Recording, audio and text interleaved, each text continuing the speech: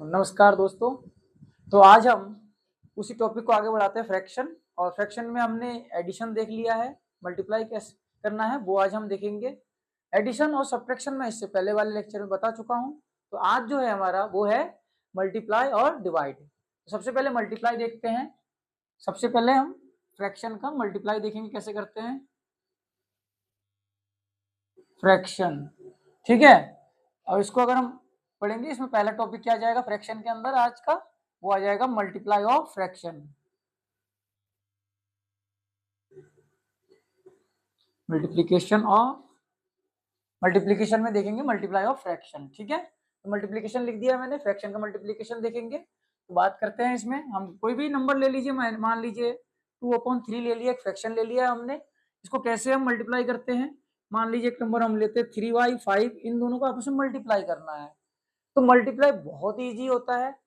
जो भी इसका जो डिनोमिनेटर है, यानी जो ऊपर वाले नंबर्स हैं वो आपस में मल्टीप्लाई हो जाते हैं, और जो डिनोमिनेटर है नीचे के वो आपस में मल्टीप्लाई हो जाते हैं। यानी कि यहाँ पे मैं अगर करना चाहूँ दोनों का मल्टीप्लाई, तो 1 मल्टीप्लाई 3 एंड 2 मल्टीप्लाई 5 ये आ जाएगा। अब इसी को आगे सॉल्व करते हैं, 3 1 जा 3 एंड 2 5 जा 10, ये इसका आंसर आ जाएगा। इसमें जो बच्चे गलती करते हैं वो करते हैं माइनस प्लस की, वो हम समझेंगे। पहले सिंपल लॉजिक समझ लेते हैं, जो प्लस प्लस वाले हैं उसको कैसे कर रहे हैं, जिसमें दिक्कत नहीं आती माइनस प्लस की। जब माइनस और प्लस होता है तब बच्चों को दिक्कत आने लगती है, उस पर बात करेंगे। अब मान लीजिए हमने 3 नंबर ले लिया, किसी ने कहा सर ये तो 2 नंबर है, चलो हमने कर लिया। 3 नंबर कैसे करोगे, तो इसी के साथ एक नंबर और हम बढ़ा के ले लेते हैं, ये ले लेते हैं हम 5/9। कोई डाउट नहीं है इसमें, तो इसी भी सिंपल ही करना है, कुछ नहीं। ऊपर तीनों का मल्टीप्लाई आ जाएगा और नीचे तीनों का ही न्यूमिनेटर न्यूमिनेटर से मल्टीप्लाई हो जाएगा, और डिनोमिनेटर डिनोमिनेटर से मल्टीप्लाई हो जाएगा। अब क्या आ जाएगा, 3 1 जा 3 और 5 3 जा 15। नीचे क्या आ जाएगा, ये 9 5 जा 45, 45 2 जा 90। अब चाहे यहां ले लो, 5 2 जा 10, 10 9 जा 90, बात एक ही है। मल्टीप्लाई करेंगे तो ये इसका आंसर आ जाएगा। आई होप इतना आपको समझ में आ गया होगा। अब जरा देखते हैं कि इसमें माइनस प्लस जब हम करते हैं तो किस तरह की दिक्कतें आती हैं। जैसे मान लीजिए यहाँ पे ले लिया मैंने -1/2 मल्टीप्लाई 3/5। कोई और नंबर भी ले सकते हैं, मैंने माइनस और प्लस का ले लिया। तो ये ध्यान रखना है आपको कि जब भी माइनस और प्लस यानी दोनों अलग अलग हैं, इसमें हमेशा माइनस प्लस को सॉल्व करने के लिए हमें ये देखना है, दो डिजिट्स को लीजिए, फिलहाल सिंपली 2 डिजिट को लीजिए। बाकी आगे जो भी हम बड़े डिजिट में देखते हैं वो हम बात करेंगे। सिंपल 2 डिजिट्स को ले लीजिए। तो मान लीजिए इन दोनों का ही होना है, तो हम इसमें क्या करेंगे, इन दोनों को मल्टीप्लाई करेंगे। और माइनस प्लस में ध्यान रखना बेटा, अगर दोनों माइनस मल्टीप्लाई हो रहे हैं आपस में तो प्लस आएगा, और अगर दोनों प्लस मल्टीप्लाई हो रहे हैं आपस में तो भी प्लस आएगा। अगर कहना चाहें इन दोनों चीजों को देख के हम कि जब भी दोनों सेम साइन हो, एक ही जैसे निशान हो, तो हमेशा प्लस आएगा। अब मान लीजिए एक माइनस का है, मल्टीप्लाई हो रहा है प्लस से, तो माइनस आएगा। मान लीजिए पहला वाला प्लस का है और दूसरा वाला माइनस का, तो भी माइनस आ रहा है। यहां से देख के ये सिर्फ पता चल जा रहा है आपको सिंपल सा, कि जब भी दोनों में से अलग होंगे, दोनों अलग अलग साइन के होंगे, तो हमेशा माइनस आएगा, और दोनों अगर सेम साइन के हुए तो प्लस का आएगा। तो यहाँ पे देखिए ये 1 माइनस का है और 3 प्लस का, तो दोनों अलग अलग है, इसका मतलब माइनस आ जाएगा। आई बात समझ में, 3 1 जा 3 जैसे हमने यहाँ किया था, 1 into 3, और ये क्या आ जाएगा 5 2 जा 10, तो कितना आ गया -3/10। आई होप इतना क्लियर है। एक क्वेश्चन और ले लेते हैं, इसी को हम माइनस प्लस में ले लेते हैं, -1। अब मैं इसी को -3 ले लेता हूं, दो ही को करते हैं। अब जरा देखिए इसमें, ये तो 5 2 जा 10 आ जाएगा, नीचे देख के पता चल जा रहा है, दोनों का मल्टीप्लाई हो जाएगा डिनोमिनेटर का। बाकी देखिए ये भी माइनस का और ये भी माइनस का, तो मैंने कहा था जब दोनों साइन क्या हो, सेम हो, तो क्या आएगा, हमेशा प्लस आएगा। तो 3 1 जा 3। मैं इतना नहीं कर रहा हूं, अब सिंपली कर रहा हूं ताकि आपको आसानी से समझ में आ जाए। अब कहेंगे सर अगर 3 नंबर दिए हो और उस पर प्लस माइनस का वो दिया हो तो हम कैसे करेंगे। चलिए मैं एग्जांपल ले लेता हूं, उसमें हम बात करेंगे।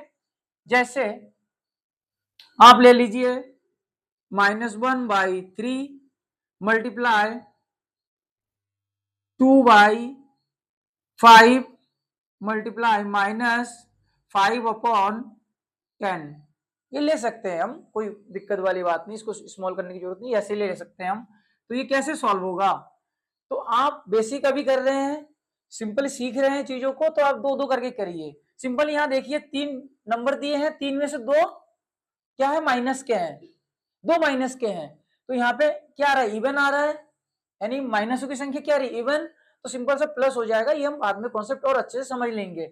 बट यहाँ पे आपको दो दो लेके चलना है। तो अगर इन दोनों का मल्टीप्लाई करें तो क्या आ जाएगा, ये माइनस का और ये प्लस का। मैंने कहा दोनों में से अगर इन दोनों को ले रहे हैं हम ना पहले, वैसे कॉन्सेप्ट तो चलेगा कि माइनस कितने हैं, इवन नंबर है यानी 2 है, तो भाई प्लस का आ जाएगा, क्योंकि और कोई माइनस है ही नहीं। तो यहाँ पे हम उतना ना जाके फिलहाल सिंपल ही समझते हैं, ताकि बच्चों को कंफ्यूजन ना हो। दो दो करके सॉल्व करिए आप। इन दोनों को लेंगे तो ये आ जाएगा -1 इंटू 2/3, ठीक है, इंटू 5, और ये आ जाएगा -5/10।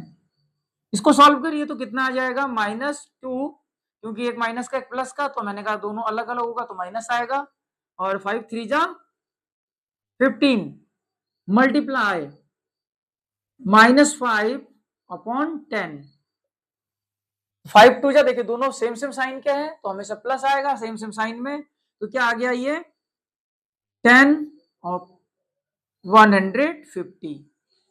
तो ये कॉन्सेप्ट आपको समझ में आ गया होगा कि जितने भी नंबर दिए हैं उसमें देखिए कि माइनस वाले कितने हैं, मल्टीप्लाई की बात कर रहा हूं।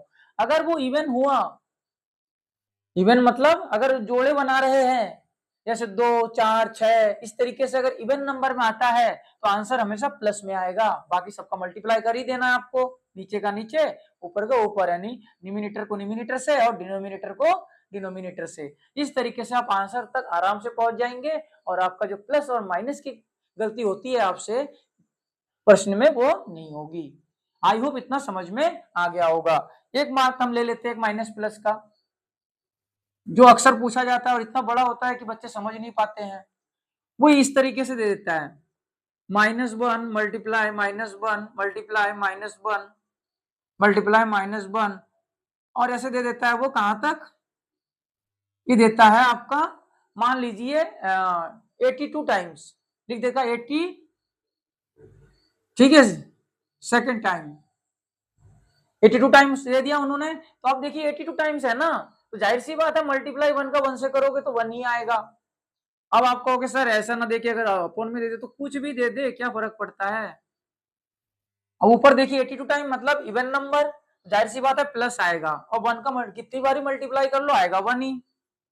और 2 का मल्टीप्लाई 82 टाइम पे करोगे तो क्या आ जाएगा, बहुत ज्यादा आ जाएगा, क्योंकि 82 टाइम अगर मल्टीप्लाई करोगे तो ये आप कैलकुलेटर से भी करोगे तो वो भी बोल देगा वो, इसलिए अपॉन में नहीं देता है, वो सिर्फ 1 1 ही देता है, ठीक है। तो ये ध्यान रखना, आप अपॉन में नहीं देगा, इतना बड़ा नंबर देगा तो आप छोटे में देगा, क्योंकि इससे कैलकुलेटर से मल्टीप्लाई करके देखना 2 को 82 टाइम बहुत हो जाता है, वो बहुत चला जाएगा।